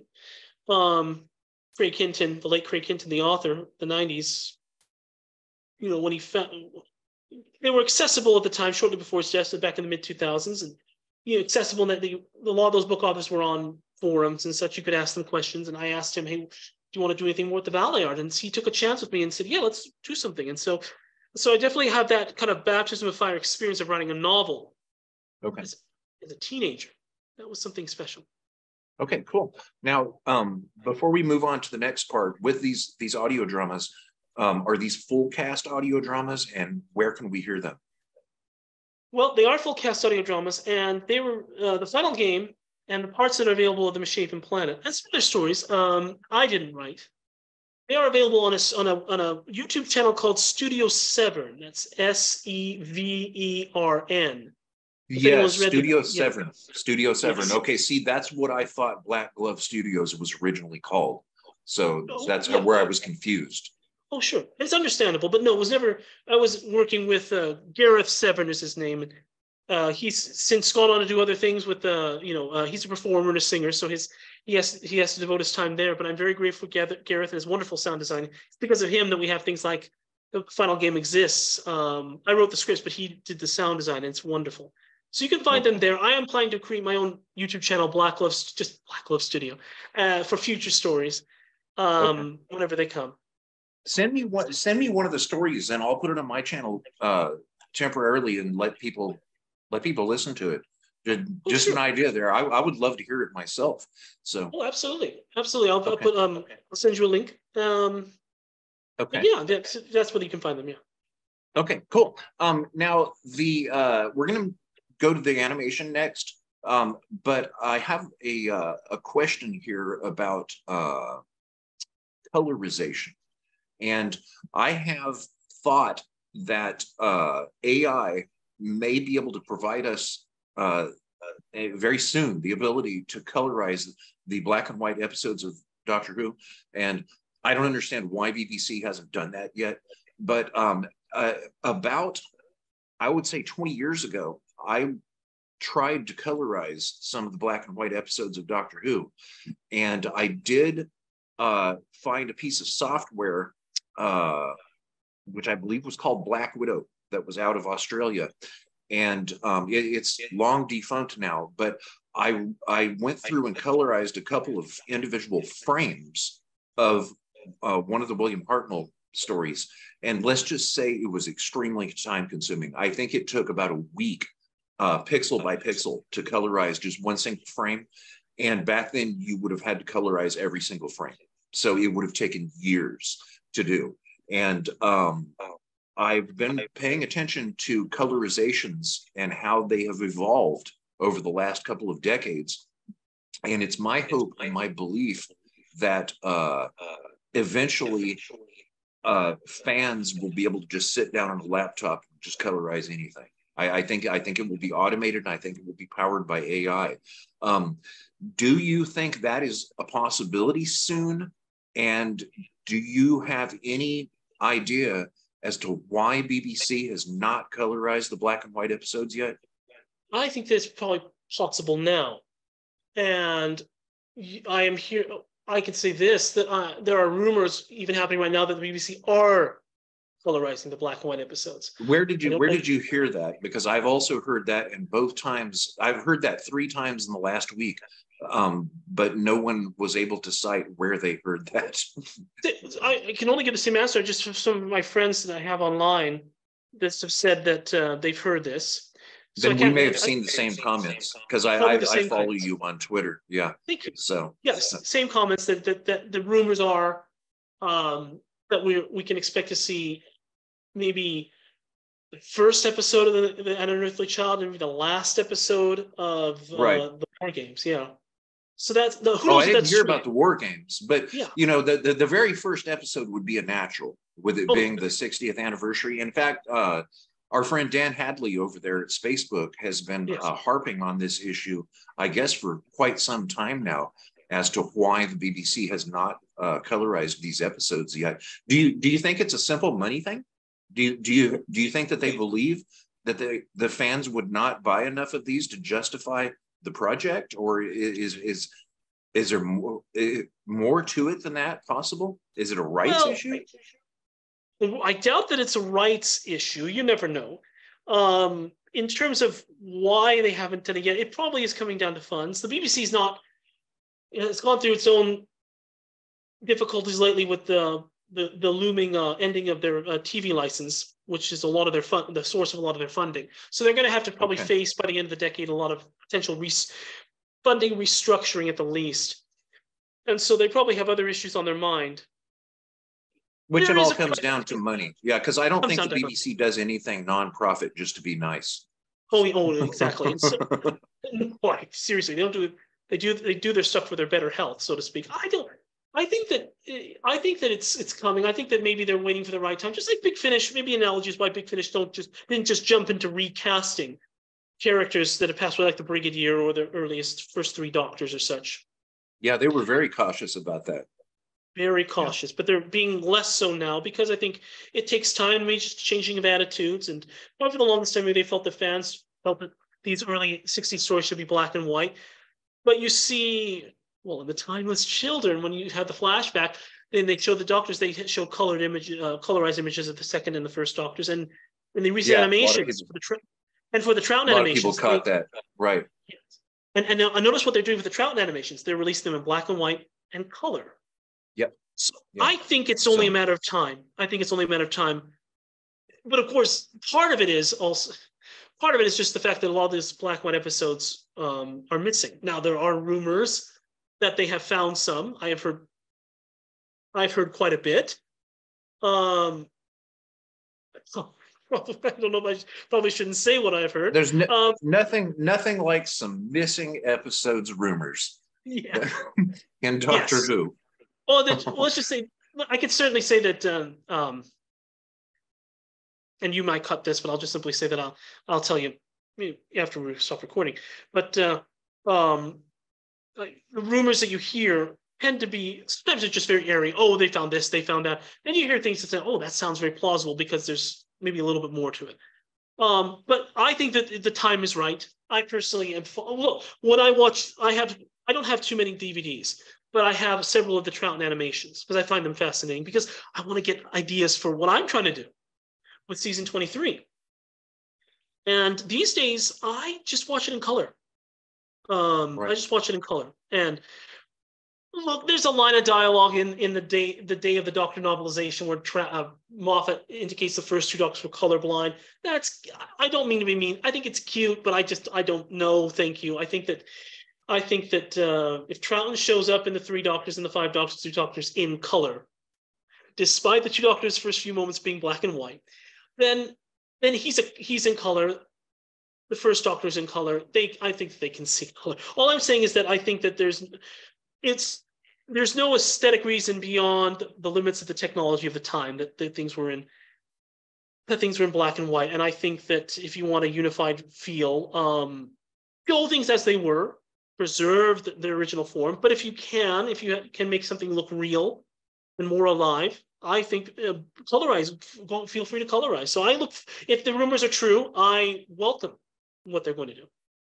Yeah, well, I don't see why they would not. And as far as the missing episodes, I've seen people repeating rumors that they found the Celestial Toymaker, and some other one. And I believe that those are started by the fact that the Celestial Toymaker seems to be returning to the TV series. So I think people are in hope, with it being the 60th, that if another episode is returned of all the ones that are missing, I think 109 or something like that, that it would be one of the characters that's returned from the past in the new 60th anniversary series. So I think that's why there's a rumor of that. There are 97, just so you know, there are 97 episodes. 97. Okay, yeah, I'm thinking from back about 20 years ago, I guess. Yeah. I'm glad it got down to 97. It should be 96 if somebody hadn't stolen that one. What the Fear episode 3? Who was that? Philip Morris was trying to recover it. I hope that stolen episode ever shows up. I mean, that's terrible. That's the first time you see the Brigadier fully. So that's right. So I guess you share the opinion that you wish that one shows up then, huh? I would give I'm left-handed. I give my left arm for that. Okay. All right. So one more question on AI. Actually, there's two, but one of them I'm going to save for last. On AI, do you think that AI will soon be able to recreate animations of the missing episodes? Oh, yes, I think so. I mean, I think so. I think that AI will get to the point where, now whether people want it or not, because a lot of the animators that I work with in the and perhaps rightfully, have very strong opinions about AI art, and that's why I will say that briefly, I will simply say that our animation for the C23 will all be hand-drawn 2Ds with 3D, but not AI. But in terms of laying aside personal opinions about it, will it happen? Yes, I can guarantee you it will happen. Simply, just because the technology is racing towards it. Will it be exactly what you would have seen on screen in the 60s? That's probably nigh impossible to copy. No, that's actually, I believe that will be impossible because of the fact that you can't replicate the facial expressions of William Hartnell and Patrick Trout, because we don't know what they were.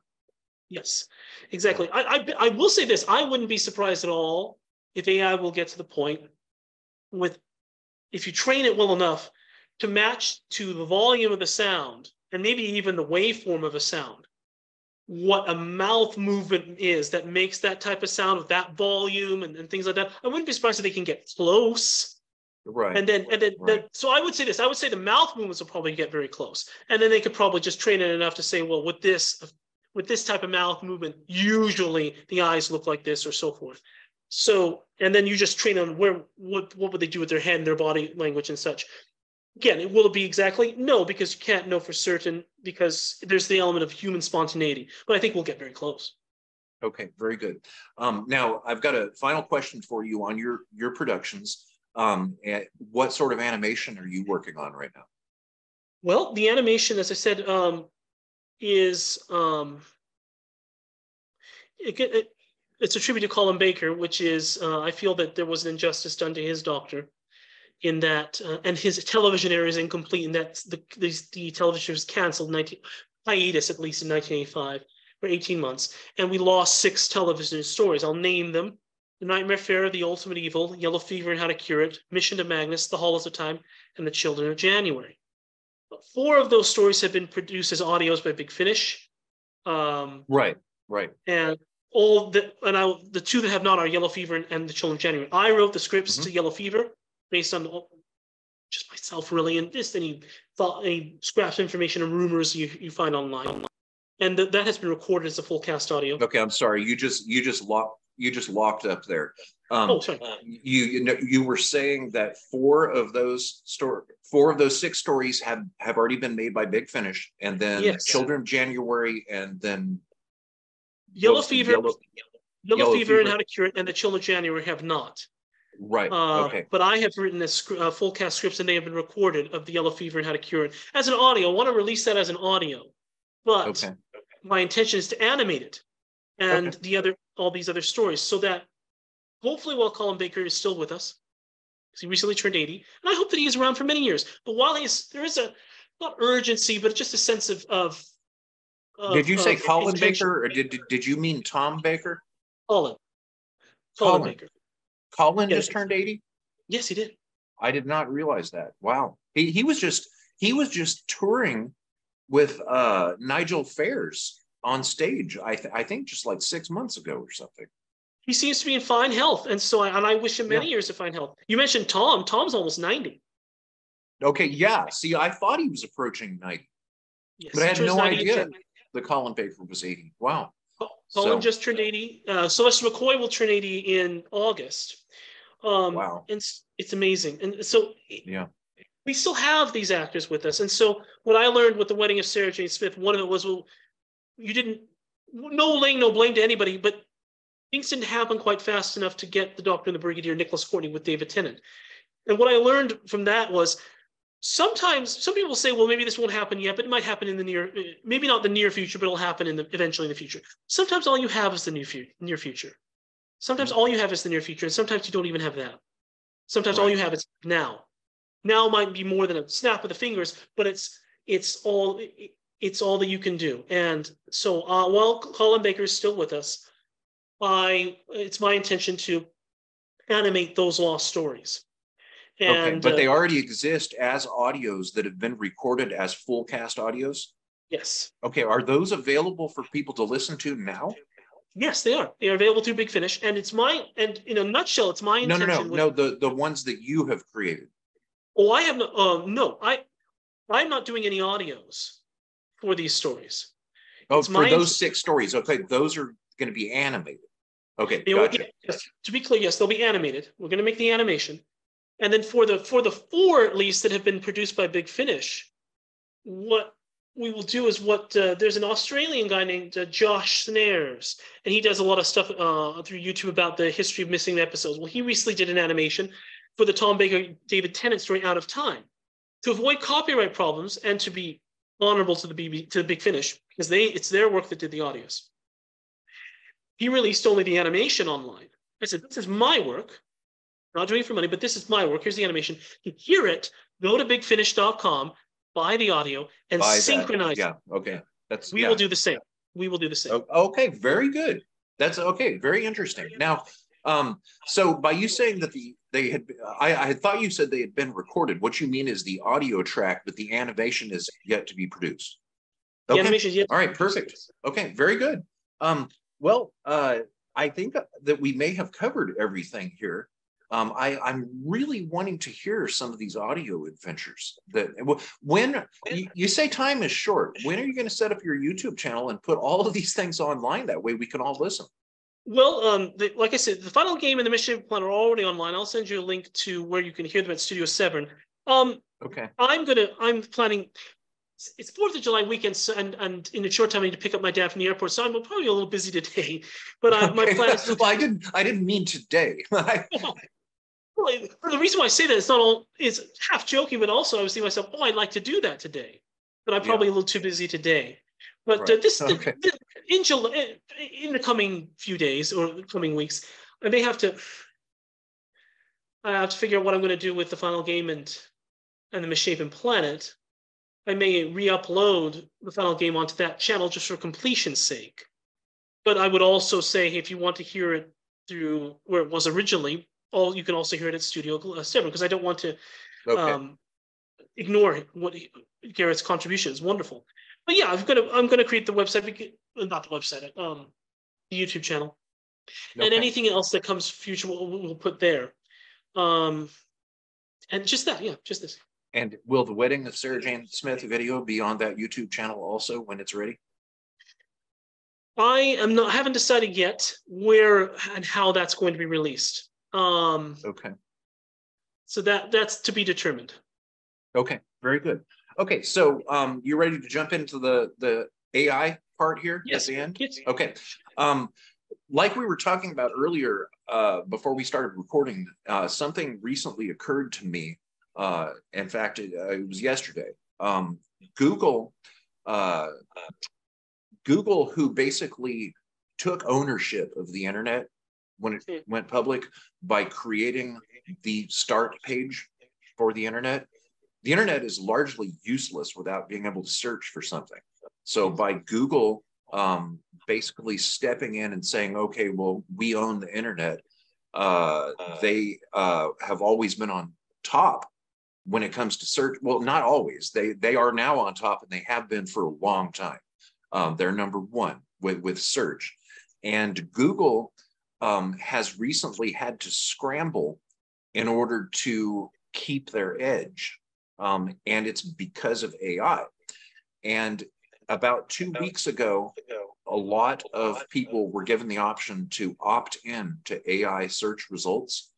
And I did that as soon as the option was available. And what I realized recently is that I have only been reading AI. And I can't say that I'm real comfortable with that, because when I do a search result, I'll use my Android and I'll ask the question, the most commonly if I'm not sitting at a computer. And what comes up now is an AI generated answer. And that's usually good enough for me. Like, where is the closest Mexican restaurant to where I am now, or something like that, and you'll get that result. But when it gets to other data, now Wikipedia, which used to be number one for most search results, is down below the AI, and Wikipedia data was created by humans. And then if you go down below all of that is what I now call the old data. The old internet is now all down below the artificial intelligence generated search results. So to me, with everything just being lowered, it has now devalued the human generated content. So it was stunning to finally realize that. And I kind of got a little concerned, thinking, what's going to happen when AI starts talking to AI, where it's not just artificial intelligence generated search results that you will find, but what about if another segment of AI starts intercommunicating with that first one? And therefore, all of the content that you're seeing, or an increasing amount, is all computer generated instead of being generated by people. Now, a lot of artists, creative artists, authors, and what have you, have expressed concern about AI generated books and what have you.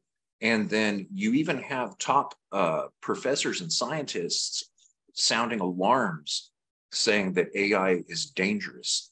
So do you believe that AI is dangerous and that it's going to cause some significant problem in society?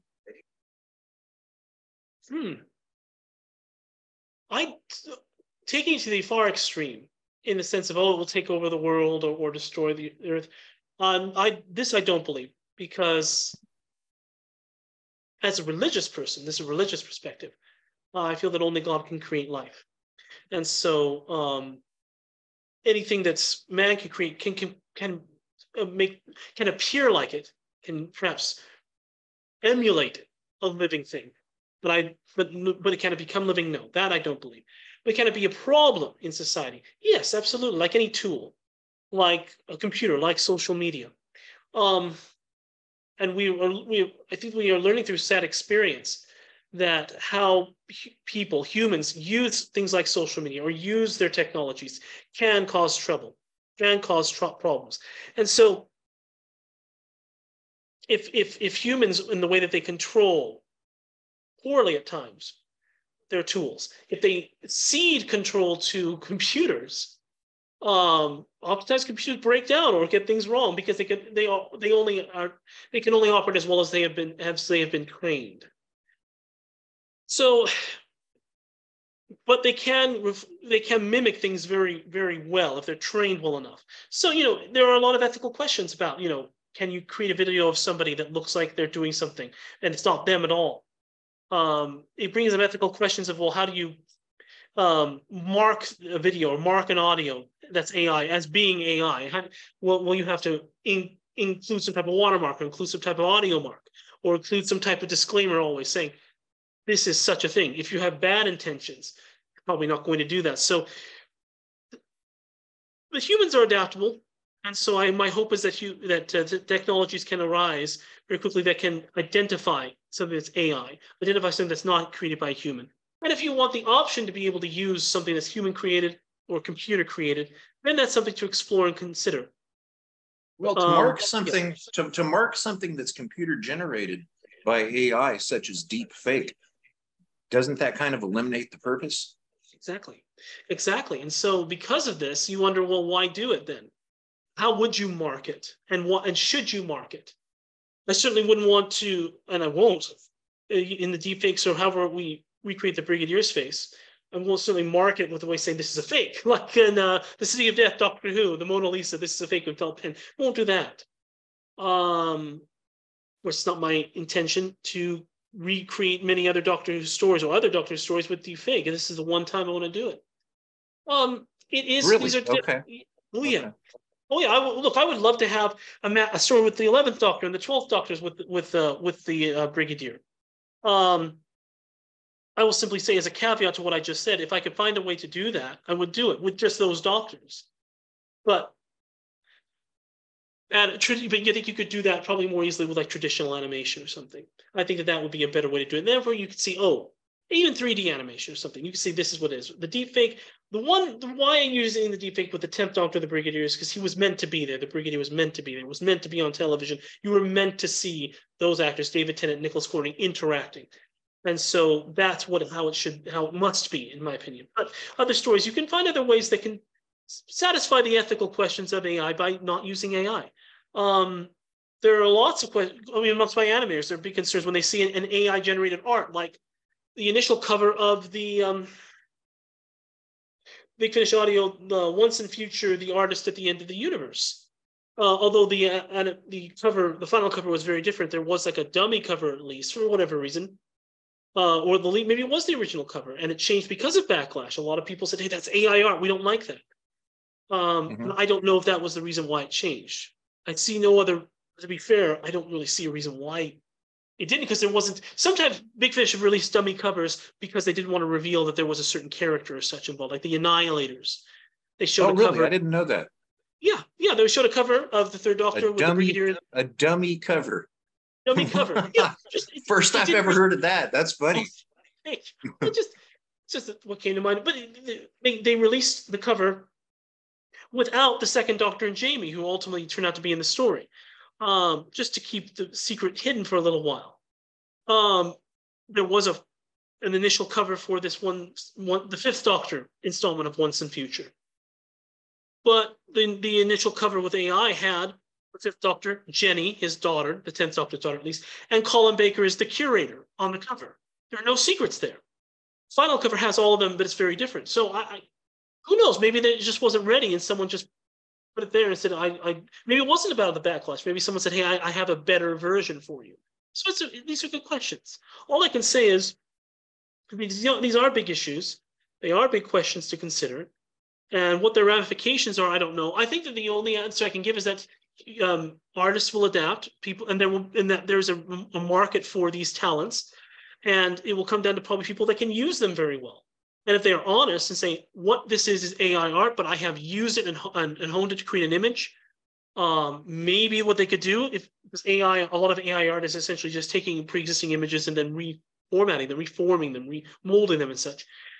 Maybe this will make it a situation where it becomes incumbent upon the authors, or maybe more creative on their part, to start taking images, to start creating more, start taking photographs, start drawing, start being more creative on the human side, so that you can then refine it, if that's, or for lack of a better word, or alter it with AI, but it's all your work.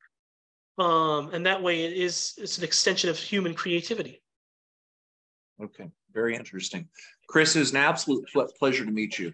When I ran into you online, and I'd seen you a couple of times, and when what you were saying finally sunk in, it kind of hit me like a ton of bricks when I realized, wait a second, this guy is going to deep fake the Brigadier. What? So it's an absolute pleasure to talk to you. Thank you. And where do you like to be found online? Right now through Twitter. My Twitter page, Blacklist Studios. So it's at Studio Glove, capital S, capital G. S is in Sam, G is in Go.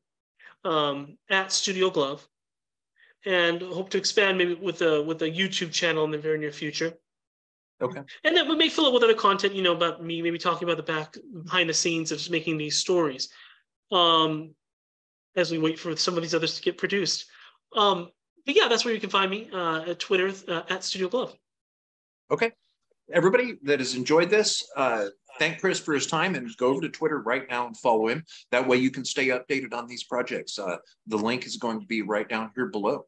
So, Chris, was there anything that I didn't ask today that you really wish we could have covered? And in saying that, we can meet again if you want to do a part 2. I would be more than willing to do interviews with you in the future as you release new things, if you want to make people aware of them. Well, definitely, sure. Yes, I would love to talk more about the last battle of Sherlock Holmes. Okay, yes, you did mention it, but we didn't actually get into it. No. Go ahead. Let me ask. Tell us about that, the last battle of Sherlock Holmes. Well, you can see there's a pattern with these stories that I make, that a lot of them they're creative stories set within pre-existing realms, narratives. But if there's anything I can say about myself, my own style is that I'm often writing these stories as tributes to actors who have passed away. Well, since I watched PBS, the Sherlock Holmes that I watched, it was after it was all first aired, but in the years that after it aired was the Granada television series Sherlock Holmes with Jeremy Brett in the title role, and the actors David Burke and later Edward Hardwicke as Dr. Watson. Well, very long story short, it was their intention, that production team, to finally do a very faithful production of Sherlock Holmes stories and tell the whole canon of the Conan Doyle stories. Of their 60 stories that Conan Doyle wrote with Sherlock Holmes. And you said this was on Granada television? Granada television, yes, which has since become, this was swallowed up eventually by ITV. Okay. I don't think it wasn't ITV at the time, but I think they were bought out by ITV because they have ceased productions mostly. Essentially the rival to the BBC, the British rival to the BBC. And these are stories that were produced between 1984 and 1994, and I watched them some years later. And I love them. I like a lot of people to feel that Jeremy Brett is the definitive Sherlock Holmes. In fact, I will always feel this way. I think that he's excellent. Because of his health, which declined in the later years, by the beginning of the 90s, from what I can gather, it affected his performance, you could argue, but what it certainly affected is that they were not able to finalize the canon. There were several stories left on the table, so to speak, still lesser-known stories, not lesser quality necessarily, but lesser-known. They front-loaded the production team at the beginning, the more well-known stories, like The Speckled Band, or not a Study in Scarlet, Scandal Bohemia, The Crooked Man, and so forth. Hound the Baskervilles they made about halfway through the production. But they left other stories behind that they never made, like The Stockbroker's Clerk, or The Case of Identity, or The Reigate Squires, or The Valley of Fear, and several stories. They left about 60 stories that Conan Doyle wrote. They made 41 episodes, a couple of stories they combined, 2 different stories together. They ultimately, I think, produced 41 episodes involving 43 of the 60 stories. Okay.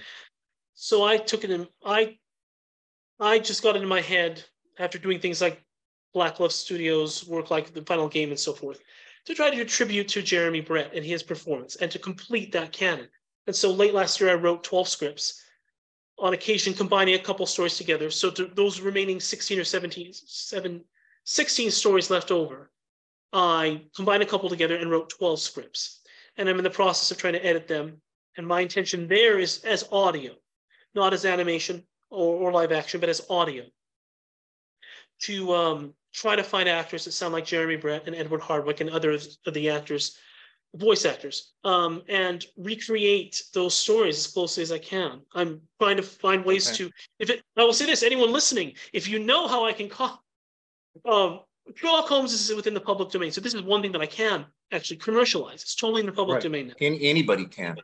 Anybody can. I'd like to make this in the style of the Jeremy Brett stories. So if anyone listening knows who I can contact that at what's probably an ITV at this point, who knows in that organization what is the situation of any rights, or how I can perhaps license really the music and the sound effects, or really the music they use. There's very distinctive music that they used in this series. How I can perhaps go about licensing the music, or if there is any licensing that needs to happen there, or who I can contact.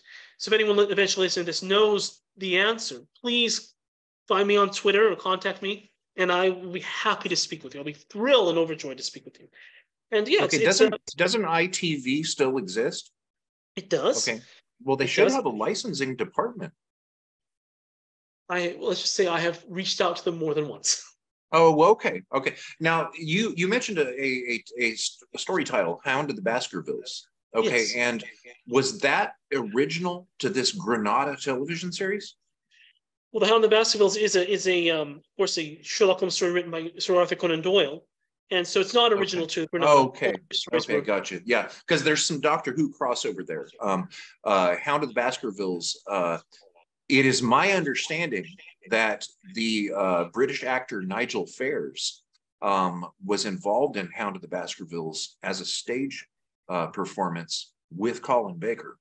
Oh, so nice. I'm pretty sure I'm right about that.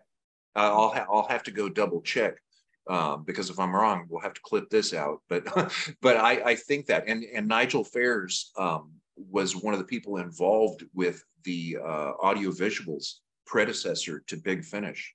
Okay. In fact he still does stuff with Big Finish. So yes. There's you a little bit of Sherlock Holmes Doctor Who crossover trivia there for you. So, oh, thank you. And I'm glad you mentioned, because I don't know him very well at all, but I have met Nigel Fares at the oh, he's a nice guy. Oh, you got to meet him. That's I did, cool. Yes, briefly. Yeah, he's briefly. A nice very man. nice man. Very nice man. You meet a lot of these people. And so the last bout was something that's it's a little more down the line. It's picked up a little bit, just that I'm contacting some Sherlock scholars, Holmes scholars, to get their opinions on how true these stories feel. But I will say, for anyone that's listening, to give a good flavor of those stories, you can watch them on YouTube, or you can watch them. You can purchase the stories, but I would give a plug to the Jeremy Brett Sherlock Holmes podcast YouTube channel by that name, run by Gus and Luke Holwerda, brothers, wonderful guys. I've spoken with Gus several times, very nice man. Filmmakers and American filmmakers, and they loved the Jeremy Brett story. So I'm trying to work with people that they know and such, to try to bring this about, and try to find voice actors. So again, if anyone's listening that can do that does voice acting, that feel that you can sound like Jeremy Brett and Edward Hardwicke, again, please let me know. Okay, cool. So I guess we'll wrap it up here. But you mentioned conventions. Do you go to conventions often, and do you do cosplay? Oh, I don't do cosplay. That's a world that's. Well, I have no sewing skills or fabric skills to consider. So right. And to really, in my opinion, excel in such a world, you really need to have such designing skills and talent. I have gone to conventions before, not since I moved here to Utah some 8 years ago. So I haven't been to conventions in about that long. I keep thinking about going to FanX, but it's in September. Whenever it rolls around, these last couple of years, I've been on vacation, and including this year, I'm going to be gone. It's always at the end of the last week or so of September. And FanX, essentially the Salt Lake City Comic-Con, essentially. Okay, I was just going to ask you where FanX is. So it's not a Doctor Who convention. It's specifically it's a broad scoped con. Yes, exactly. And I would love to go there. I think it sounds fun. But like I said, every time I think about going, I'm out of town, and I will be Okay. out of town this year too. So maybe next year we'll see. Okay. Well, the creativity and the talent of cosplayers is absolutely astounding. That is an absolutely wonderful area of hobby interest. Yes. I've never done any cosplay myself, but I'm interested in doing it. I met a cosplay Tom Baker at a sci-fi convention one time, and Yeah. I have really had to do a double take. I was pretty shocked. The only It's thing that gave it away is that he his accent. yeah. So now I'm like, wait a second, Tom Baker didn't have an American accent. But anyway, It's too okay, bad. Chris, anything else you want to add? Well, all I will say just is that I hope that we can speak again when the wedding of Sarah Jane Smith Oh, approaches absolutely. release. Yes. Okay, and I'm very much looking forward to that. And good luck getting your YouTube channel set up. I found it to be a relatively easy process, and I am myself am very curious to hear your full cast audio dramas. That's a Yes. remarkable feat. I will be. I'm happy in just a moment to send you the link so you can hear the final game. It is a lot. It was a really fun story. And I think the voice actors did a wonderful job sounding like John Pertwee, Roger Delgado, Nicholas Courtney, and such. Liz Sladen even too. Yeah. Wow, amazing. Okay, cool. All right. Well, hey, thanks for your time. It's great to meet you, Great to and meet you too. yeah, let's keep in touch online. We will. We will do it. I look forward to talking with you again. Okay, me too. All right, take care, Chris. Have a Thanks. Bye, Greg. nice afternoon. You too. Bye.